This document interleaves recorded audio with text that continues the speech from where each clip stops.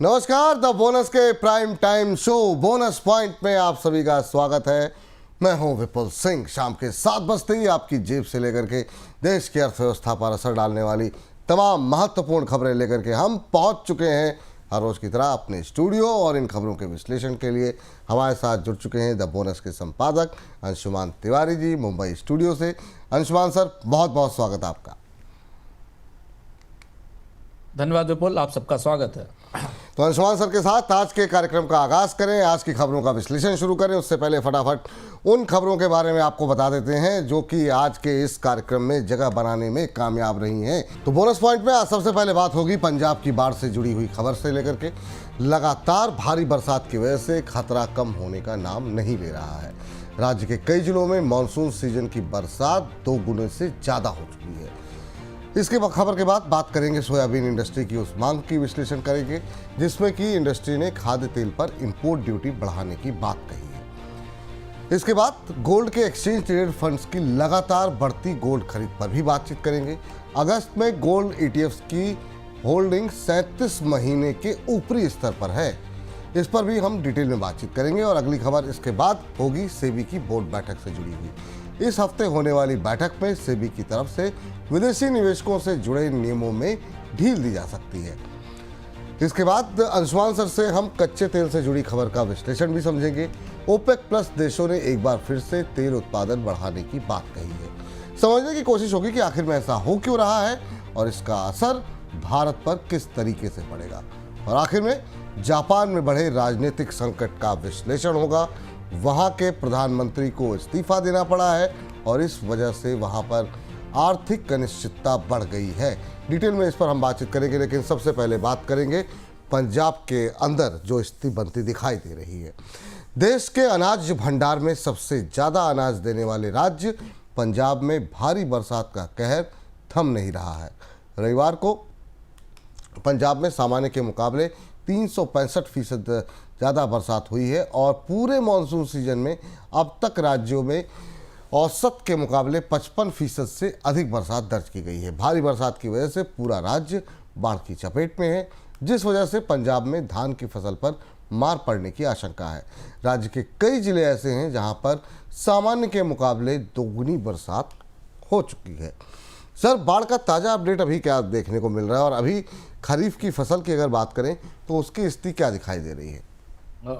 विपुल जी, पंजाब की खबर पे आए पर उससे पहले एक और महत्वपूर्ण खबर, हमने जापान के राजनीतिक संकट पर बात करेंगे। नेपाल में एक बड़ा संकट हो गया है। नेपाल की सरकार ने 4 सितंबर को सोशल मीडिया हैंडल्स बैन कर दिए थे, व्हाट्सएप, फेसबुक और एक्स वगैरह। इसके बाद वहाँ एक किस्म से युवाओं ने सरकार को घेर लिया है और पूरे प्रमुख शहरों में कर्फ्यू लगा दिया गया है।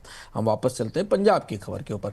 पंजाब में जो शुरुआती आंकड़े आए थे विपुल जी, उसके हिसाब से ऐसा पता चल रहा था कि करीब करीब 2 लाख हेक्टेयर के आसपास की ज़मीन बाढ़ के असर में है, पैडी की फसल बाढ़ के असर में है। लेकिन अब जो अलग अलग स्रोत से आंकड़े आ रहे हैं, केंद्र सरकार की तरफ से भी दल गए हुए हैं, उससे माना जा रहा है कि 3 से 3.5 से 4 लाख हेक्टेयर तक की ज़मीन पर बाढ़ का असर हो सकता है, जिसमें कि धान की फसल लगाई गई थी। और ये चिंताजनक तस्वीर है, क्योंकि अगर आप आंकड़े में करीब से देखें, जो सामने आपको डेटा पॉइंट का की टेबल दिख रही है, पंजाब में भी बारिश कम होने का नाम नहीं ले रही। जो प्रमुख कृषि उत्पादक जिले हैं, तरन तारण, बरनाला, गुरदासपुर, लुधियाना, इन सब में सामान्य से 150%, 100%, 98%, 70% तक की ज़्यादा बारिश हो रही है।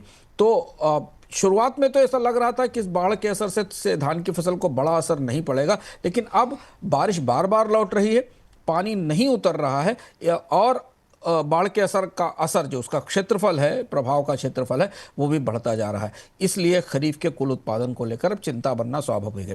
हालांकि सरकार की तरफ से, राज्य केंद्र सरकारों की तरफ से अभी फसल को होने वाले नुकसान के कोई आंकड़े नहीं दिए गए, पर बाजार थोड़ा सतर्कता के साथ खरीफ के आंकड़े को देख रहा है। पंजाब से जो खबरें आएंगी पैडी के उत्पादन की, उस आधार पर तय होगा कि भारत में खरीफ की पैदावार का अंतिम आंकड़ा क्या रहने वाला है। जी, इस बीच देश की जीडीपी में सबसे ज़्यादा योगदान देने वाले राज्य महाराष्ट्र अपने यहाँ फैक्ट्री कानून में बदलाव करने जा रहा है। पिछले हफ्ते ही राज्य की कैबिनेट ने फैक्ट्री एक्ट में बदलाव को मंजूरी दी है। बदलाव के तहत दैनिक काम के घंटों को 9 से बढ़ा करके 12 किए जाने का प्रस्ताव है। सरकार का तर्क इसमें यह है कि इससे वर्कर्स को अधिक मजदूरी मिल सकेगी, साथ में इंडस्ट्री को भी फायदा होगा। वहीं दूसरी तरफ राज्य की लेबर यूनियनें इस बात का विरोध कर रही हैं। सर, ये जो बदलाव है क्या असर देख रहे हैं? मतलब ये तो बड़ा फैसला होगा। ये काफ़ी बड़ा फैसला है महाराष्ट्र सरकार का। महाराष्ट्र सरकार ने 9 से 12 घंटे की शिफ्ट की इजाज़त दे दी और इसके लिए जो फैक्ट्रीज एक्ट 1948 है उसमें संशोधन किया गया और ये आधिकारिक रूप से इसकी कैबिनेट ने इसको मंजूरी भी दी है। और इसके अलावा ये सभी उद्योगों पर लागू होगा, शॉप्स पर भी लागू होगा, दुकानों पर, IT पर, होटल्स पर लागू होगा और घंटों को भी 60 कर दिया गया है। एक हफ्ते में 60 घंटे तक के लिए जो वीकली कैप है उसको 60 घंटे कर दिया गया है। अब सरकार की ये पूरी कोशिश लेबर सुधारों की तरह से है कि कंपनियों को और ज़्यादा लोगों को देर तक काम कराने की और ज़्यादा उत्पादन बढ़ाने की छूट दी जाए, लेकिन ये मामला थोड़ा आने वाले दिनों में विवादित होता दिखाई देगा। मुख्य रूप से इस फैसले में ये का जो सबसे बड़ा असर है वो मैन्युफैक्चरिंग और ट्रेडिंग पर पड़ने वाला है और अब सब सारे उद्योग इसमें, IT भी इसमें शामिल हो गया, जैसा कि हम देख रहे हैं। केवल फैक्ट्रीज तक सीमित नहीं है, इसमें प्राइवेट सेक्टर में शॉप्स, होटल और ITs भी शामिल हैं।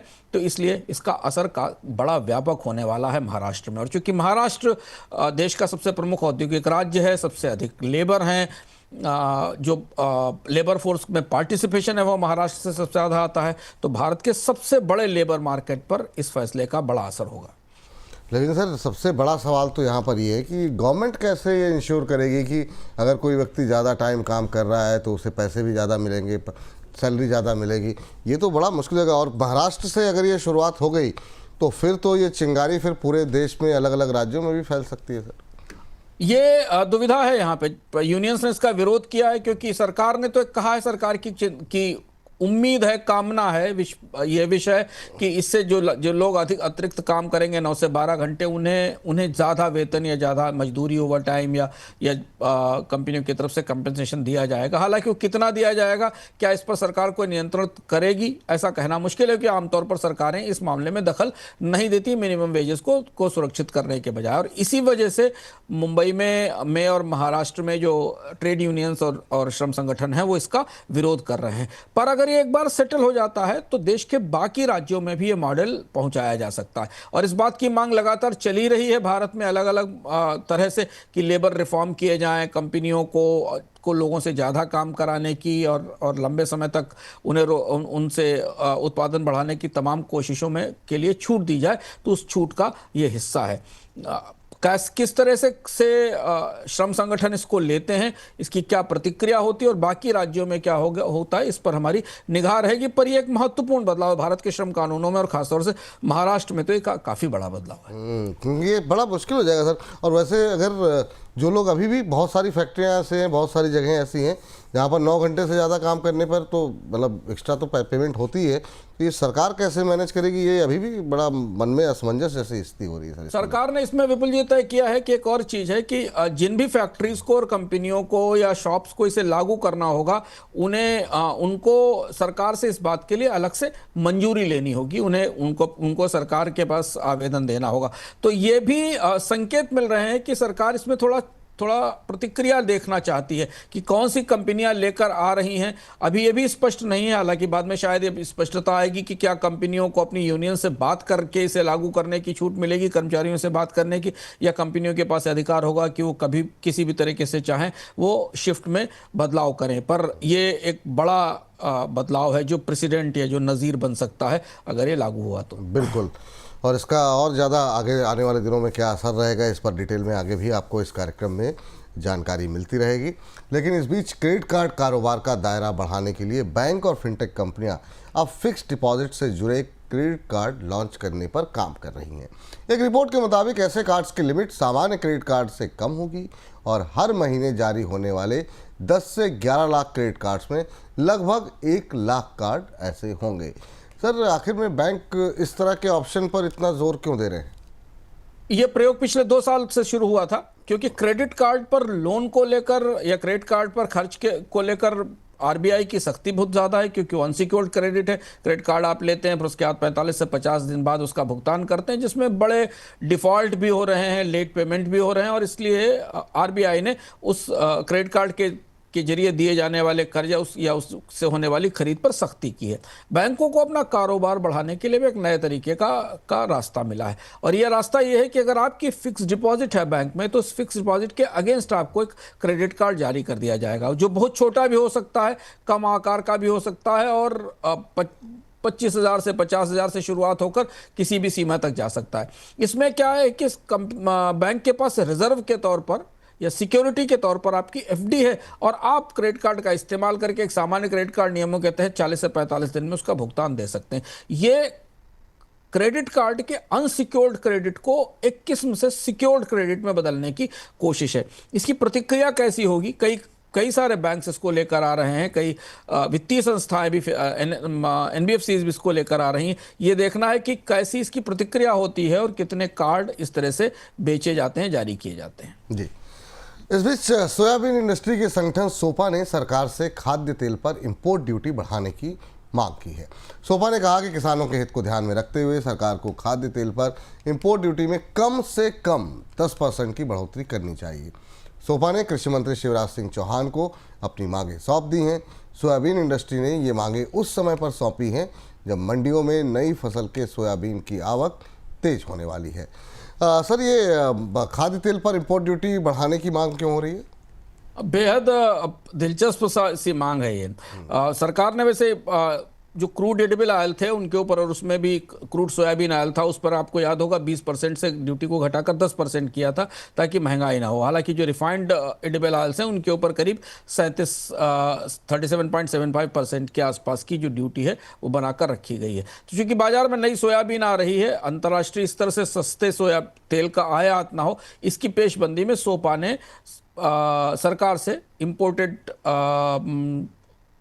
तेल पर ड्यूटी बढ़ाने के लिए कहा है, जो कि जो मांग बाजार में सस्ते खाद्य तेल को आने से रोकने के लिए। पर इसके पीछे कुछ 2-3 और भी चीज़ें, संकेत मिलते दिखाई दे रहे हैं। एक महत्वपूर्ण संकेत इसमें मिलता दिखाई दे रहा है कि अमेरिका के साथ किसी संधि की स्थिति में शायद अमेरिका अपना सोयाबीन भारत में बेचने की कोशिश करेगा, क्योंकि ब्राज़ील के साथ भी यही बात थी और चाइना के साथ भी बात थी। तो एक तरह से ये पेशबंदी भी है कि सस्ता सोयाबीन भी बाजार में ना आने लगे और सोयाबीन का ऑयल भी ना आने लगे, जिससे कि फिर भारतीय प्रोसेसर्स को इस पर को बाजार में नुकसान उठाना पड़े। तो कपास से का जो ताज़ा फैसला था, उससे बाजार ने या कंपनियों ने थोड़ा सबक लिया है, क्योंकि कपास पे सरकार ने ड्यूटी हटा दी थी। उसके बाद फिर सस्ता कपास बाजार में आया और अभी भी कपास एमएसपी से नीचे की कीमतों पर बिक रहा है। जी, इस बीच गोल्ड के एक्सचेंज ट्रेडेड फंड्स अपनी गोल्ड होल्डिंग लगातार बढ़ा रहे हैं। अगस्त के दौरान दुनिया भर के गोल्ड ETFs ने लगभग 53 टन सोने की खरीद की है। इस खरीद के साथ दुनिया भर के गोल्ड ETFs की कुल गोल्ड होल्डिंग 3,292 टन हो गई है, जो कि 37 महीने का सबसे बड़ा होल्डिंग जो है पीरियड जो है वो बन चुका है, 3,292 टन। अगस्त के दौरान भारतीय गोल्ड ETF ने भी लगभग 2 टन सोने की खरीद की और भारतीय ETFs की कुल होल्डिंग बढ़कर के 70 टन हो गई है। सर, गोल्ड की कीमतें बढ़ने के साथ इनके इन्वेस्टमेंट डिमांड भी लगातार बढ़ रही है, ऐसा क्यों होता हुआ दिखाई दे रहा है? एक बिल्कुल बदला हुआ सा रुख है गोल्ड के में निवेश को लेकर और गोल्ड की फिजिकल बाइंग को लेकर। और पहली बार हम देख रहे हैं भारत और पूरी दुनिया में गोल्ड फिजिकल बाइंग से वर्चुअल बाइंग की तरफ बढ़ रहा है, और इसको अगर हम ये कहें कि किस्म से डिकपल हो रहा है।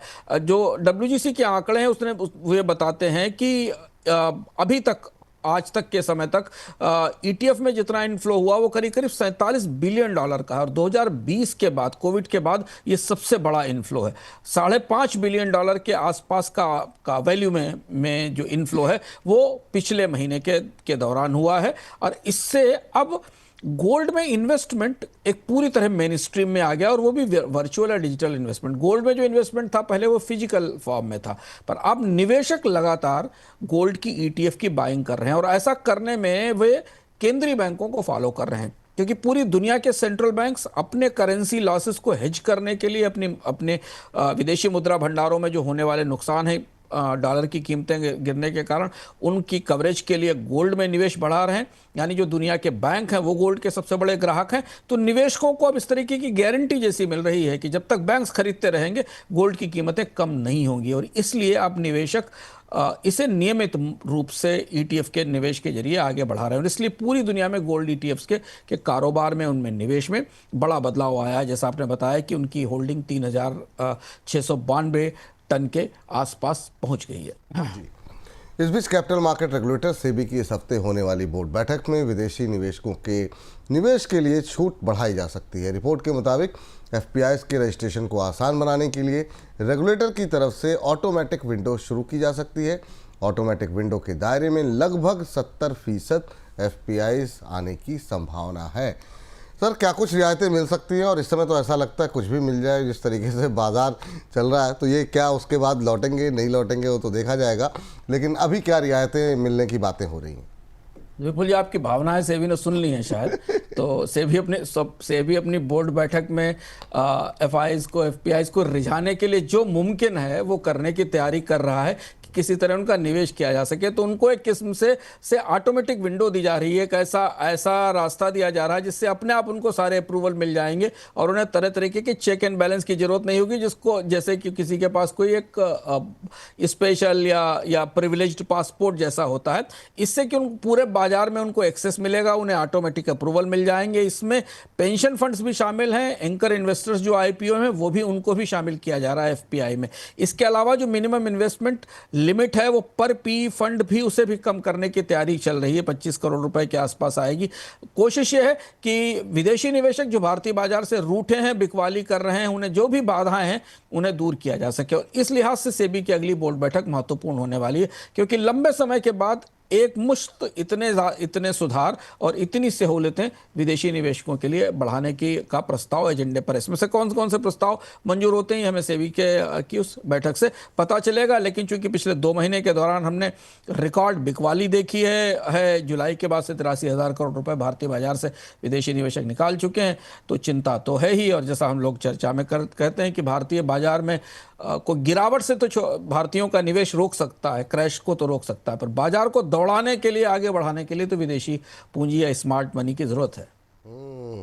अब देखना ये इतना करने के बाद भी मतलब FIIs आते हैं कि नहीं आते हैं, अभी तक तो कोई सिग्नल यहाँ पर मिलता हुआ ऐसा दिखाई दे नहीं रहा है। लेकिन इन सब के बीच में अब बात कर लेते हैं अदानी समूह की। अदानी समूह पावर सेक्टर में बड़ा निवेश करने की तैयारी में है। रिपोर्ट के मुताबिक 2032 तक पावर सेक्टर में अदानी समूह की तरफ से $60 अरब का निवेश हो सकता है।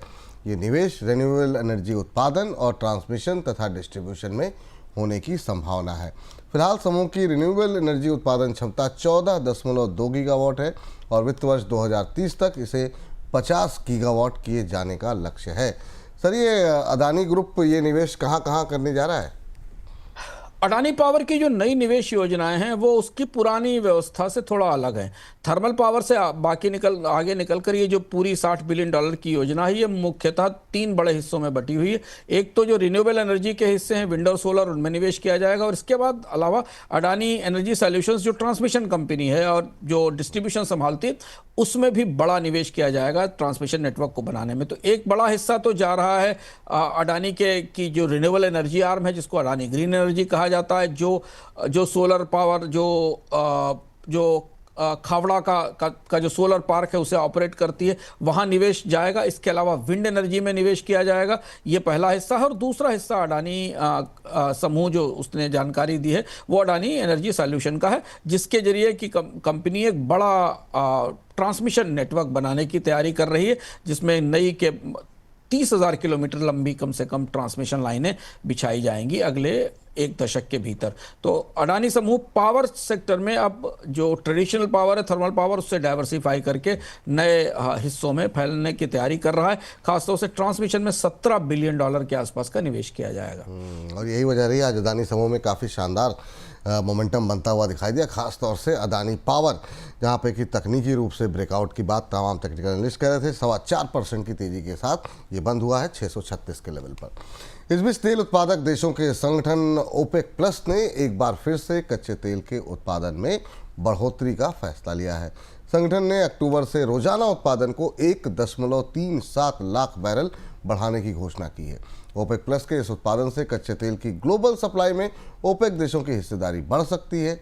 साथ में कच्चे तेल की कीमतों पर दबाव आने की भी संभावना है, और अगर ऐसा हुआ तो भारत के लिए रूस से मिलने वाला तेल डिस्काउंट कम हो सकता है।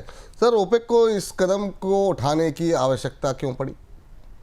ओपेक की एक कटौती, अगर आप बढ़ोतरी देखें तो दो बढ़ोतरियां और हो चुकी। सितंबर में 5,47,000 बैरल पर डे की, और अप्रैल से अगर आप माने तो करीब करीब 25 लाख बैरल पर डे की बढ़ोतरी के ऊपर ये 1,37,000 बैरल पर डे के उत्पादन को बढ़ाने की तैयारी की। और काफ़ी एग्रेसिव, काफ़ी आक्रामक स्ट्रेटेजी है, जबकि कच्चे तेल की कीमतें 66-67 डॉलर के आसपास हैं। इसके बाद भी ओपेक अपने उत्पादन में बढ़ोतरी कर रहा है। पूरी कोशिश ये है कि बाजार का अधिक से अधिक हिस्सा लिया जा सके। जो अमेरिका का कच्चा तेल बाजार में आकर, खासतौर से सऊदी को हिस्सा चाहिए, जो रूस का कच्चा तेल बाजार में आ रहा है, उसके बीच में एशिया के बाजार में और सस्ता तेल पंप किया जा सके और सस्ते तेल की सप्लाई की जा सके। इससे इस वजह से ओपेक अपनी पूरी रणनीति बदल रहा है। और गिरती कीमतों के बाद भी ओपेक को ये उम्मीद है कि बाजार में जिस तरीके के बदलाव हो रहे हैं उसमें चीन, भारत और प्रमुख एशियाई बायर अब ओपेक का या खासतौर से सऊदी का तेल खरीदने की तरफ आकर्षित होंगे, क्योंकि कीमतों में इस तरीके की गिरावट आ रही है। जी। लेकिन सर, अब सवाल ये है कि मतलब जब पहले इस तरह की स्टेटमेंट कोई आती थी तो खाली स्टेटमेंट भर से हम देखते थे कि क्रूड के प्राइसेस पे काफ़ी इम्पैक्ट पड़ता था, लेकिन ओपेक के इस फैसले के बावजूद तेल की कीमतों में तेजी बनी हुई है।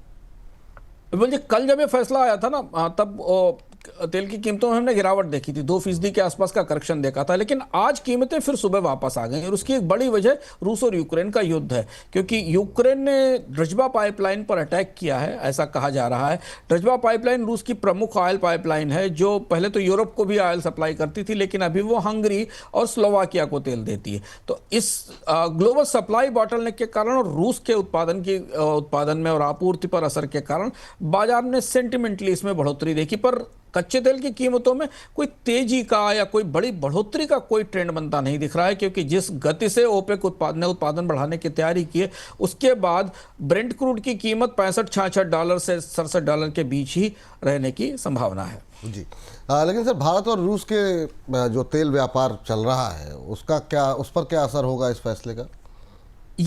यह फैसला इस दृष्टि से बेहद महत्वपूर्ण है, क्योंकि हम भारत और रूस के तेल व्यापार को लेकर तमाम बदलाव देख चुके हैं। भारत और की रूस से तेल आयात के कारण अमेरिका ने भारत पर 25% एक्स्ट्रा ड्यूटी लगाई, और ये कहा कि भारत रूस के तेल को खरीद कर रूस की युद्ध मशीन को या वार मशीन को फिनांस कर रहा है। ओपेक ने उत्पादन में बढ़ोतरी के बाद और उसके बाद कच्चे तेल की कीमतों में जो गिरावट आनी है, जो आ रही है, उसने पूरा का पूरा भारत और रूस का तेल का व्यापार ही बदल दिया। और इसे करीब से समझना ज़रूरी है, क्योंकि चाहते ना चाहते भारत भी ये चाहेगा कि अगर वो रूस के तेल की आपूर्ति कम हो तो वो अमेरिका के साथ अपनी डिस्कशंस बेहतर कर सके। और कुछ संयोग भी ऐसा है कि 2 दिन पहले ही भारत और अमेरिका के बीच थोड़ी बहुत बर्फ पिघलने की संभावना बनती दिखाई दी। इधर तेल के बाजार में कुछ ऐसा हुआ है जिसके बाद शायद रूस अब भारत को तेल बेचने में थोड़ा ज़्यादा नुकसान उठाएगा, और ऐसा वो करने की और इस वजह से वो शायद निर्यात में कमी कर सकता है। इसको इस तरह से समझते हैं कि रूस का जो भारत को तेल आता है उस पर करीब 2 से 4 बैरल के डॉलर प्रति बैरल के आसपास ब्रेंट के मुकाबले, जो ब्रेंट बेंचमार्क है उसके मुकाबले 2 से 4 डॉलर पर बैरल के आसपास की छूट मिलती है भारत को, जो 2024 की शुरुआत में $1 थी, जो बढ़कर $4 हो गई है, और कुछ सौदों में तो $3 से $4 हो गई है।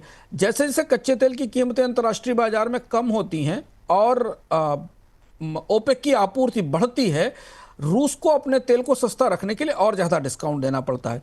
क्योंकि रूस के तेल पर प्रतिबंध हैं, तमाम शिपिंग लाइंस तेल कैरी नहीं करती हैं, इसलिए ओपेक को अपना तेल रूस को अपना तेल ओपेक से या सऊदी से सस्ता बेचना पड़ता है। कीमतें घटने के साथ उसे और ज़्यादा डिस्काउंट बढ़ाना पड़ता है। अब ऐसी स्थिति में आ गई हैं परिस्थितियां कि रूस जितना डिस्काउंट दे रहा है, $3 से $4 पर बैरल का डिस्काउंट दे रहा है ब्रेंट के मुकाबले। तो अगर आप मानेंगे ब्रेंट की कीमत 66 से $67 पर बैरल है, तो रूस का तेल करीब करीब भारत को मिल रहा है 60 से $61 पर बैरल के आसपास। रूस की जो आर्थिक स्थिति है, मंदी बुरी तरह है, रूस में की अर्थव्यवस्था पूरी बदहाल है, देश के पास संसाधन और रिसोर्सेज नहीं है। ऐसी स्थिति में रूस को अब डिस्काउंट बढ़ाना मुश्किल होता चला जाएगा। बजट घाटा 61 बिलियन से ऊपर निकल चुका है। तो अब रूस का तेल भारतीय बाजार के लिए, भारत के लिए उतना आकर्षक नहीं रहेगा और रूस को जो एडवांटेज मिलता था वो कोलैप्स कर गया है, वो खत्म हो गया है। रूस जितना डिस्काउंट बढ़ाता जाएगा उसकी अर्थव्यवस्था को उतना ही ज्यादा नुकसान होता जाएगा। और इसलिए ओपेक ने पूरा फैसला किया है, क्योंकि अब भारत को लगभग उसी कीमत के आसपास ब्रेंट क्रूड मिल सकता है जो कि जिस कीमत पर वो रूस से सस्ता कच्चा तेल खरीद रहा था। परोक्ष रूप से अगर आप देखें तो परोक्ष रूप से भारत की जो अमेरिका के साथ टकराव है या जो पूरा विवाद है उसका समाधान इसमें छिपा हुआ है कि भारत डिस्काउंट कम होने के कारण रूस का तेल छोड़ सकता है और नॉर्मल तेल बाजार से ब्रेंट से तेल खरीद सकता है। ऐसे संकेत मिल रहे हैं। जी, चलिए आगे बढ़ते हैं, अगली खबर का रुख करते हैं। अमेरिकी राष्ट्रपति डोनाल्ड ट्रंप अगले महीने दक्षिण कोरिया में होने वाले एशिया पैसिफिक इकोनॉमिक कोऑपरेशन कार्यक्रम में चीन के राष्ट्रपति शी जिनपिंग के साथ मुलाकात कर सकते हैं। हालांकि इस मुलाकात को लेकर दोनों पक्षों की तरफ से अब तक किसी भी तरह का आधिकारिक बयान नहीं आया है, लेकिन रिपोर्ट में कहा जा रहा है कि व्हाइट हाउस दोनों नेताओं के बीच द्विपक्षीय बैठक चाहता है। सर, क्या ट्रंप और जिनपिंग की इस बैठक में किसी तरह की कोई संधि की तैयारी हो रही है क्या?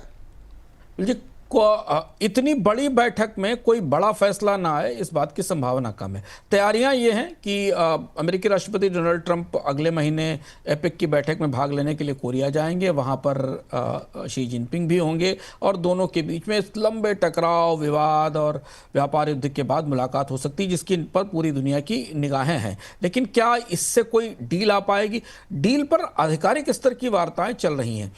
जब टकराव खत्म हुआ था लंदन और स्टॉकहोम की बैठक के बाद, दोनों देशों ने एक दूसरे पर जो जवाबी टैरिफ लगाए थे उसे कम किया था और शी जिनपिंग रेयर अर्थ देने को तैयार हुए थे और ट्रंप कुछ तमाम इफ बट्स के साथ सेमीकंडक्टर बनाने की तकनीक देने को तैयार हुए थे। उसके बाद से अब तक व्यापार वार्ताओं का कोई बड़ा मसौदा नहीं बना है, लेकिन ऐसा माना जा रहा है कि एक मोटी सहमति बन सकती है इस बैठक में। हालांकि दोनों देश एक दूसरे को कोई बड़ी रियायत देने के पक्ष में नहीं दिखाई दे रहे हैं और अविश्वास का माहौल बना हुआ है। लेकिन डोनाल्ड ट्रंप ये चाहेंगे कि किसी तरह से उन्हें चीन के प्रमुख के साथ, चीन के राष्ट्रपति के साथ इस मुलाकात में एक बड़ी डील की घोषणा करने का, एक बड़ी सहमति की घोषणा करने का मौका मिल सके। और शी जिनपिंग भी ये चाहेंगे कि वो अपने पूरी रणनीति में अमेरिका के बाजार में कम से कम कीमत पर अपना माल बेचने की या चीन के निर्यात की जगह बना सके। तो इस दृष्टि से ये बैठक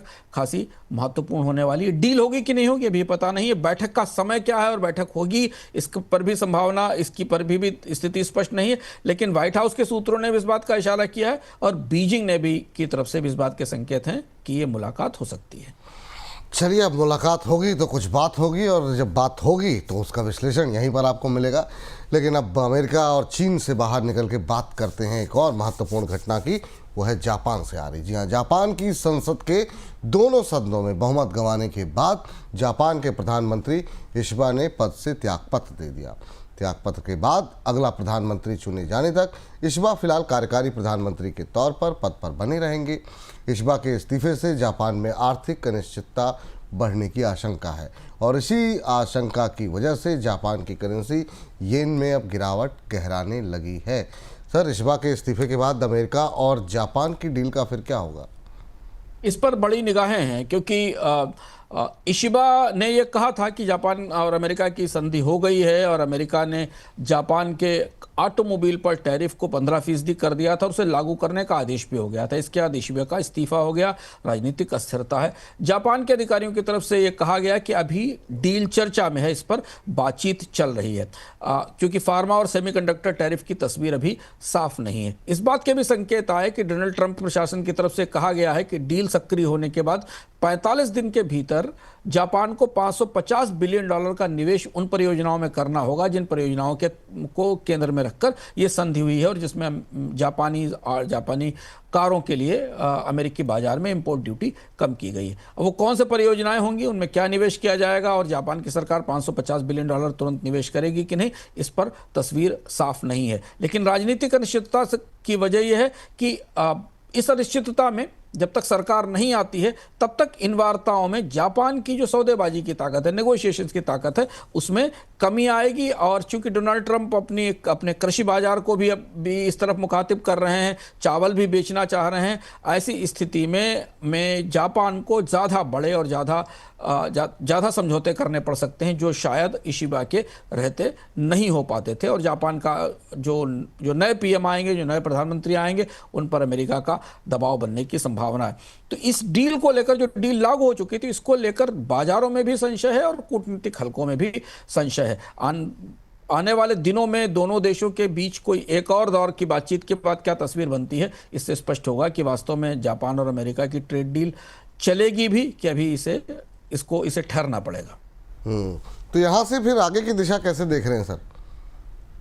दो चीजें महत्वपूर्ण होती दिख रही हैं कि अब जब तक नया कार्यवाहक पद से इशिबा हटते नहीं और नए पीएम आते नहीं, तब तक ये सारी परिस्थितियां फ्लूइड रहेंगी। मतलब इनमें अभी कोई बड़ा बदलाव होने की संभावना नहीं है। ट्रंप प्रशासन इस मामले में इसका फायदा लेकर नए पीएम पर इस बात के लिए दबाव बना सकता है। और चूंकि व्यापार डील विवादित रही थी, उतना आसान नहीं था प्रधानमंत्री इशिबा के लिए भी अपने देश को सहमत कर पाना, क्योंकि इसमें कृषि का उत्पादों का भी निर्यात शामिल था। तो इसलिए, और उस राजनीतिक रूप से अस्थिरता उसके बाद ही आई, तो इसलिए नए प्रधानमंत्री के लिए भी संभाल पाना इसे और डोनाल्ड ट्रंप को कन्विंस कर पाना, उनको सहमत करा पाना थोड़ा मुश्किल होगा। सर, कार्यक्रम समाप्त करें उससे पहले हम चाहेंगे जाते जाते जिस खबर पर आपने कार्यक्रम की शुरुआत में अपडेट दी थी, क्योंकि काफ़ी हिंसक जो है माहौल जो है वो नेपाल में आता हुआ दिखाई दे रहा है, ये कैसे देख रहे हैं सर इस घटनाक्रम को जिसकी शुरुआत में आपने हमारे दर्शकों को जानकारी दी?